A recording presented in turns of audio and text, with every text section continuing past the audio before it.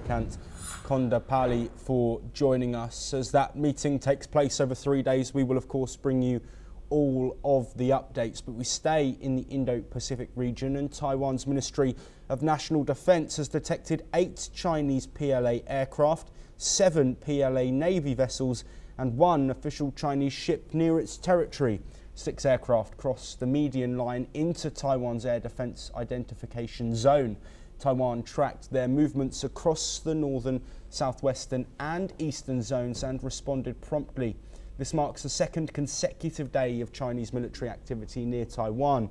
On Saturday, 7 PLA aircraft and 7 naval vessels entered Taiwan's air defence identification zone. These repeated manoeuvres have raised fresh concerns over regional security. Heading now to Africa, the civil war in Sudan has taken a dangerous turn. The Rapid Support Forces, or known as the RSF, Sudan's paramilitary group, has launched its first drone attack on Port Sudan, targeting a military airbase and nearby facilities. The Sudanese army confirmed that no casualties were reported. Port Sudan, home to the country's primary airport, army headquarters and a seaport, has been perceived as the safest place in the war-ravaged nation. In a separate attack, the RSF struck Kassala airport near the Eritrean border, hitting the fuel storage area. A pro-army source confirmed that there were no casualties or damage.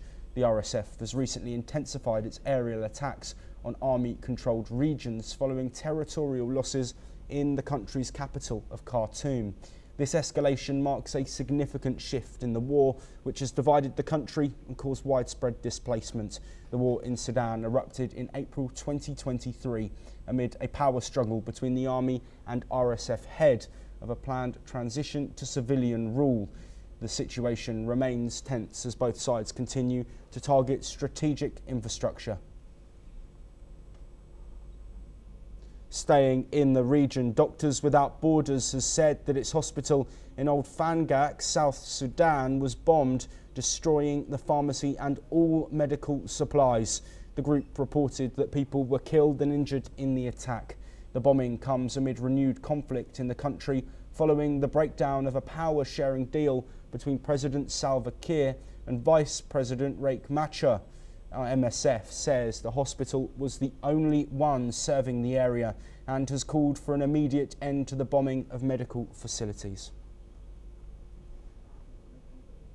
Heading back now to the Middle East, and United Nations Special Envoy Geir Pedersen has called on Israel to immediately halt its airstrikes on Syria following multiple attacks targeting the Islamist-led authorities in response to sectarian violence this week.